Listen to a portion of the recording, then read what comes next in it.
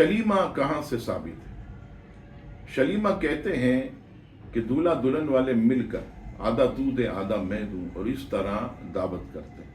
تو یہ دعوت تو ہو جائے گی، بہت اچھی بات ہے، مل کے کرنا برکت والی چیز بھی ہے. ایک کے اوپر اتنا خرچہ بھی نہیں ہے. اب آپ جانتے شادی میں آپ 5-10 لاکھ روپے الگ خرچ کریں، پھر دولہا والے مہر کے ولیمے کے نام پر وہ الگ خرچ کریں.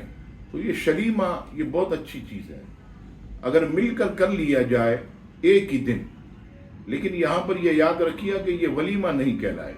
اگر کوئی کہے کہ ہم نے اس میں ولیمہ کر لیا تو یہ ولیمہ جو ہے وہ نہیں کہلائے گا، کیونکہ ولیمے کا حکم یہ کہ شب زفاف کے بعد، شب زفاف کے دوسرے دن یا اس کے بعد والے دن.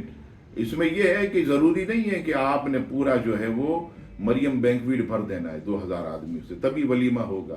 1000 آدمی جب تک جمع نہیں ہوں گے ولیمہ نہیں ہوگا. 10 ڈشیں نہیں ہوگی ولیمہ نہیں. ایسی کوئی بات نہیں.